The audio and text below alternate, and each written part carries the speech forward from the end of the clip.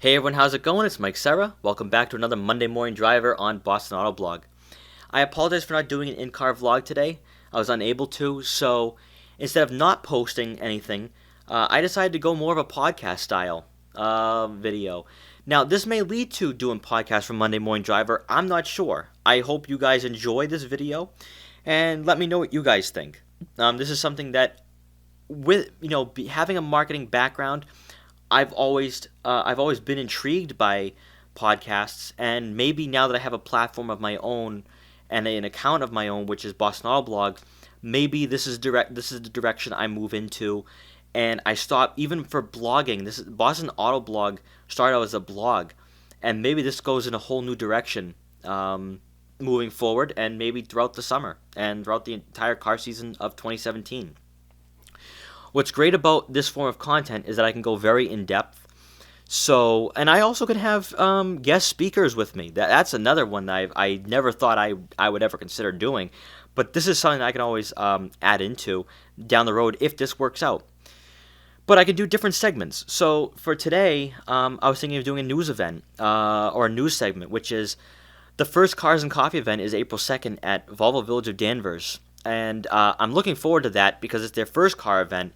But also, I need content for from car events, and also I'm really looking forward to using my DSLR. It's been something that I always wanted because just using iPhones is just not good enough for me. And I believe that to provide better content for you guys on YouTube, I need a higher quality camera and better content in general.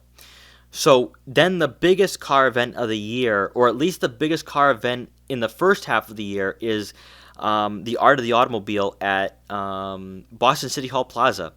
So from about 12 to 5, there'll be 100 cars at a time in front of City Hall, and it's just going to be a great event. I'm really looking forward to seeing what comes about from it, because they must have figured that this event was going to be really good, because the Gold Rush Rally last year started at City Hall Plaza, and it was a great event. So I have a feeling that it's going to be the same thing.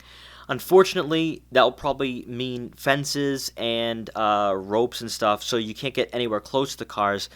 But who knows? Maybe by then, maybe someone notices me and says, why don't you just come in and get better content? I'm hoping. But with that being said, car season is right around the corner, despite the fact that it doesn't feel like it. But, yeah, so it's just going to be really fun. I'm really looking forward to it. Thankfully, car season officially starts in less than a month, so that's something to always be excited about and looking forward to. So in the last video, I talked about cars that you can purchase anywhere between $25,000 and $35,000. And I want to bring up a few more cars for this segment, starting with the Mercedes-Benz C63 AMG. Now, again, this car may not be one that you drive on a daily basis, although I've seen people who, and I know people who have driven them on a daily basis. Now, they're not the most economical, but if you get the four-door version, you're at least going to have a sense of practicality. So you can take, if you have kids, you can take them to school and stuff. So there's at least some practicality, and you can put your groceries in them. I've seen some at dealerships for around $35,000 to $40,000 for like an '08 with about 35,000 miles, I think. And personally, I think it's a great buy. I mean, if you want to get in the AMG scene and the AMG crowd, and you don't want to pay like $20,000 or $30,000 for an '02 SL55 or even older E55s, this is a great way to go. It's a fun car. Gets a lot of horsepower, and you can really modify them and customize them to a great extent and really personalize it. Now, again, I bring these cars up not because I don't bring these cars up for the sense of go and daily drive them, or even for me just to say, like, in terms of voice my opinion that these cars are great, but more along the lines of what would be a really fun car to drive during the car season and on weekends during the summer. And I'm just trying to find prices out there that are really good. Cars that you can get for relatively cheaper. And one thing I I did in the last video. I did this. I brought the Porsche 996, the SL55, and the Grand Coupe, the Grand Sport from Maserati up because I feel like a lot of people, if they can't afford a Lamborghini, if they can't afford a Jaguar F-Type, if they can't afford a newer Aston Martin or a Maserati, it's like an end-all be-all. Like, if you can't own that, then I'm just going to have to buy a Ford Mustang. I'm just going to have to buy a Subaru WRX or a Subaru STI. And it's the same cars. Now, my curious nature, and I'm always interested to finding cars that are unique. And, cars that not many other people buy or think about. And I try finding ways to buy them, or try finding ways to that would make sense for me for the car season.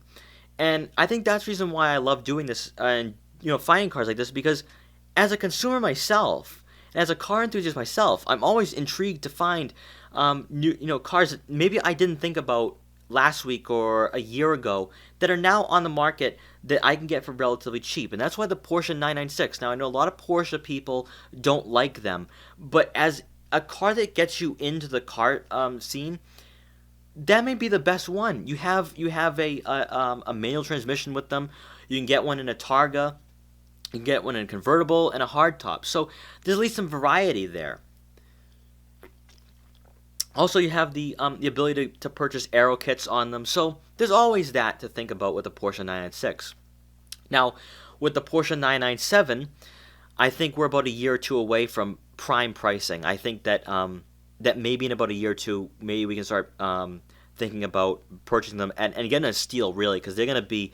There's already some in like the upper 30s in price range, so 30,000. So they're already starting to creep into territory that maybe 2-3 years ago we couldn't dream of having that in that price range. I also am surprised to see the Porsche 997 drop so much. I didn't think it was going to depreciate like a 996. And then speaking of depreciation, now if you really want to go out there, and this is kind of like I would never recommend this as a daily driver, but just in terms of being unique, the Aston Martin DB7, you can get one for 2002. You can get one for about $36,000. This car was once $140,000. So for a six-figure car and an Aston Martin, you can now purchase one for $36,000. Now, the one I'm looking at right now on eBay, and this is the reason why I like doing a podcast style, because I have a laptop now in front of me. But this car now this car has 420 brake horsepower, and it also only has 8,000 miles. Now, I'm a little concerned when I see cars like that have that little mileage, just because I don't know. Cars are not meant to sit around, and for a car like that, of that age, I don't know what could probably come about. What maybe there's rust. I don't know. I'm not gonna go fly out to this location and check this car out. But in terms of then there's another one for a convertible for about $26,000. Let's see. It is $27,500. It's a convertible DB7 Volante. Has 63,000 miles. Now, if you're not going to daily drive it, this car might last you a while. I don't know. We don't know what the driving. We don't know what the owner history is of this car. I do know that it appears to have. Oh, it has 6 previous owners. So, who knows what has been, who has owned that car, where it's been, and I don't know. But that's something to think about. Especially when you look at these cars. Now, I always look at the cars more on the higher end of the price range, just because, with that being said, I want reliability as well, even if I'm not driving it on a daily basis and I'm only driving it to car events. So that's something that I always think about when I look at these cars, and I always look at the more expensive price. I'd rather pay more and get a car that's going to last me a little longer than go on the cheaper route, and then maybe 2,000 or 3,000 miles down the road, the car is, in the breakdown lane on a highway. So that's the reason why I always look at higher prices on these cars, but prices that are not completely outrageous.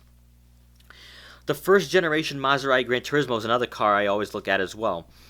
Now, they're depreciating at a very fast rate. I'm seeing them at the low 40s for cars even with only 23,000 miles. Now, it's almost a 10-year-old car, so these cars have been owned by 2 or 3 previous owners. So that explains why they're depreciating at a very fast rate. And maybe that's the reason why maybe you would be concerned in terms of reliability. But for 23,000 miles for a $42,000 car, that may be something to think about just in terms of a car you take to car events, cars and coffee, and stuff like that. I always bring up these cars though, because if you don't want to go the Mustang route, if you don't want to go JDM, these are always alternatives. Now, on the cheaper route, on the cheaper end of the spectrum, you have the Corvette C5. Now, you can get one, a clean one, for around $17,000. Some articles that I've read suggest that the C5 is going to appreciate in value. So, who knows? Maybe you find a nice clean C5. Maybe you make money at the end of the day. I don't know. We'll just have to see how that goes in about 2 or 3 years, and maybe even 5 years down the road. But I always like looking at these cars because who doesn't dream of owning an Aston Martin? Who doesn't dream of owning a Maserati? And seeing as though that time is now moving, it seems as though time is moving very fast. These cars are getting up there in age, but you can actually purchase them. Think about it. A 2001 Aston Martin DB7 is only worth $36,000 now. Now, maybe me bringing this up is maybe not something for the 20-year-old, but maybe for the 30 to 40-year-old who can actually afford a car not for daily driving purposes, but just for a car event car. And, whether it's Aston Martin DB7, the second generation XKR, Jaguar XKR, and I've seen a few of those below 30,000. Whether it's the Maserati Gran Turismo, Gran Sport, multiple Mercedes-Benz that you can find. There's got to be other options out there, and I think the reason why people don't go and look at these cars is because they don't want to pay for maintenance, and I can't blame them. I wouldn't want to do that either. But if you have a daily driver, that kind of eases some of the concern, and that's just why I talk about these cars. And I'd like to at least bring up 2 or 3 cars a week, talking about for the daily driver, and cars that you can actually purchase, or even if cars that maybe you can purchase a $70,000 fun car. That would just be something that, you guys would be interested in purchasing or whatever. I can always go in that direction as well, talking about cars that maybe are not Lamborghinis, but they're fun cars nonetheless, and they're newer. And I'm beginning to see the newer Aston Martins starting to drop in price as well. So there seems to be, for some cars, depreciation is really hitting hard for some brands and some cars, and that brings up some great buying opportunities down the road. I'd still wait a year or two. I think that some of these cars haven't hit rock bottom yet, and that's why, even with the Gran Turismo, I'd wait maybe a year or two because you could probably get a nice clean one in a very good price range, especially where it appears the Gran Turismo is nearing the end of its cycle. They really didn't do any changes to it over the years, and I think that's the reason why these cars are always in danger of depreciating. So that's something to always think about as well. Now, heading into my last segment, I want to talk about the drama that's going on YouTube right now. And for the car community, and it's not just on YouTube, but it's spread to Instagram and Facebook, and now I'm seeing it from Jalopnik, that personally, as a car enthusiast and somebody who just wants to see great content and see people post great car videos of cars accelerating out of car events and stuff, I am sickened and saddened by what's happened and transpired over the past few days. Now I think all parties involved. I don't have a good perception, and I want to end this on. Unfortunately, I have to end this on a sad note, but I want to get this out there, and maybe this is where my controversial question comes in, and my controversial segment comes in. But I personally believe that everyone involved is all guilty here, because you couldn't handle it like men, you couldn't handle it on the DL, and things that should have been taking place off the internet weren't, and they were handled poorly. And now, I know as a member of the car community, this does not shed good light on our community and on our way of life. Now, talk to anybody who's not a car enthusiast. They look at us as children. They don't look at us in a way of like, they can't fathom how we love cars. And it's a special group. I love being a car enthusiast. I feel bad for the people who want to drive every day in a Prius. I feel bad for every single person who likes driving in a Toyota. I just feel absolutely sorry for them. But on the flip side, if you are not a car enthusiast and you see this coming from people who are supposed to be influencers in the car community, act like children. This is what happened. It's not a good light. The car community gets more it becomes faction. It starts breaking off. Then you start having groups that break away from each other, and it happens in every single group. But the car community has been the main one that always gets a bad rep, mainly because you get the people who want to street race. So we don't have a good image to begin with. But when you go on YouTube and you start complaining about other people, whether it was something they did to you, whether you did that to them, or it should not be brought to light. It should never be brought to light. It should be handled on the DL. Now, personally, for YouTube, I like people who just create car content. People who know what we want as car enthusiasts, which is seeing cars accelerate, maybe even point of view videos, vlogs, our favorite vloggers. That's what we want.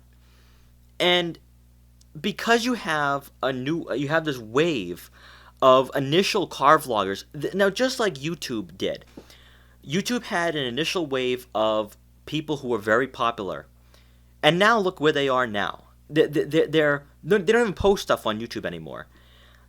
I think the same thing is going to happen with the car community. You have these big YouTube channels, thanks to the drama, you have these big YouTube channels that will not exist or will not be the same maybe a year or two from now. You're going to have people that you're going to see in the comment section saying, that was old YouTube, or that was the old car community YouTube, and now there's a whole new wave. People who don't want drama, people who just want to make car videos, people who want to, people who just want to enjoy their passion. That's the new thing. I think you have a lot of YouTubers out there, not just in the car community, but you have a lot of people on YouTube that create a fake facade. They build a way that a perception of themselves. They want you to think that maybe they were self-made. Maybe, they really did buy that car. Maybe lemonade stands really lead to buying a Ferrari. And you have this fake facade that many people are beginning to see. I think it's funny. You have these people that are getting exposed for who they are. And I think it's a shock to the system. And there's going to be people on YouTube. Think about it. There's a lot of skepticism now. A lot of people are skeptic. A lot of people think that people who own Lamborghinis or own Ferraris or own multiple cars, they must have had money. They must have came from money. And in most cases, it's true. But this facade, this fake perception, this fake reality is why a lot of people are going to move on from car vloggers or people that we know that we watch right now, and they're going to move on to a whole new form of car entertainment. Why was Top Gear so big? Top Gear really changed the game. That's when everyone went in this Top Gear direction. But why was Top Gear good? You had 3 great friends that would do these challenges that you wish that you could go out with 2 other friends and do these challenges yourselves. And you have a lot of people now trying to copy that. And I think that's why it's starting to crumble on these people, because at least with Jeremy Clarkson, James May, and Richard Hammond, they don't create a video or they don't create a show and make you think that they grew up poor. They don't. I mean, they may go into their childhood, but you may already have perceptions of who they are. But because of their character, because of who they are, you overlook where they came from. You overlook what may have transpired throughout their lives. People on YouTube have completely created a fake perception of who they are, and that's why all of a sudden you're getting direct message leaks. Now we find out what one person's saying behind another person's back. We're finding out what happened during a car review. And we're finding out what's happening in terms of even a business decision between two great friends. And I've had feuds with friends in the past. And I look back at them and say, it could have been dealt with a lot differently. And I've apologized. I still apologize for it.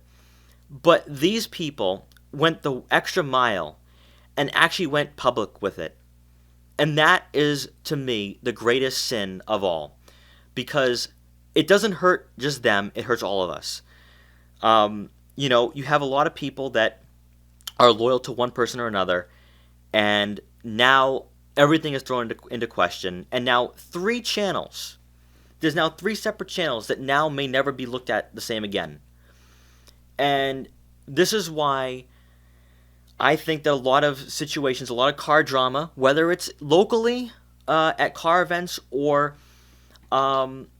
nationally or internationally on YouTube, it should be dealt with privately, professionally, and as men and as adults.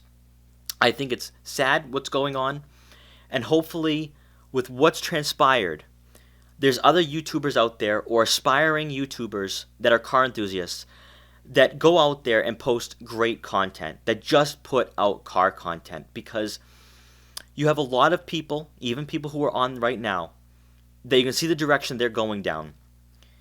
They try making vlogs when in actuality their lives are not vlog worthy. They're not. It should just be about the car, but instead it becomes the person. And as a result, every single feud, every single situation then becomes our problem, or not our problem, but we get then exposed to that. And I think that for the car community, it should just be about the cars. The cars is what all got us together, not the people. It was the cars. And if someone wants to go in the direction of just talking about cars, they're going to get my subscription. And I hope that if any of you guys like car YouTubers out there and they just talk about cars, that you go and subscribe to them and tell me what car vlogger or car YouTuber you like. Because for me personally, I'm tired of it, and I thought it's just really a sad day overall. So guys, I thank you so much for watching. Actually, I guess this time listening. Please let me know what you guys think, because I'm really interested and intrigued with going the podcast route, and maybe this is the beginning of really diversifying my content, where once the car season comes, I'm going to have car event videos, I'm going to have acceleration videos, can't wait for those. I have every intention of doing car reviews. I'm already making plans, and I'm going to be making phone calls to see if I can get some car reviews going for this channel. And then even with podcasts out, I'm going to have a whole form of content. Now, because I don't have the opportunity to be a Lamborghini owner, I don't have the money to do that. I can't be the vlogger, but maybe, hopefully to you guys, I can provide great entertainment, value, and content by me just being who I am and showcasing other people's cars, showcasing the cars of New England, the exotics, the Ferraris, the Lamborghinis, because we have a great community, and I don't want that to be overlooked, because there are some great people who are part of the Boston car scene, and it would just be great to really bring in everybody involved in this local area and really shed light on the fact that our car scene is actually rather large and is growing daily, and new cars show up every single year. We had a Pagani Zonda, an Alfa Romeo 8C show up, at Cars and Coffee last year. So things are beginning to change. The car season here, and the car scene here is really beginning to explode, and we're starting to get some great vehicles showing up. So that's exciting for me. That's exciting for everyone involved and everyone who loves cars. So thank you guys so much for spending time and listening to this podcast. I'm going to start calling it a podcast if this is the way it goes. And I thank you so much for listening, and everyone have a great day and take care.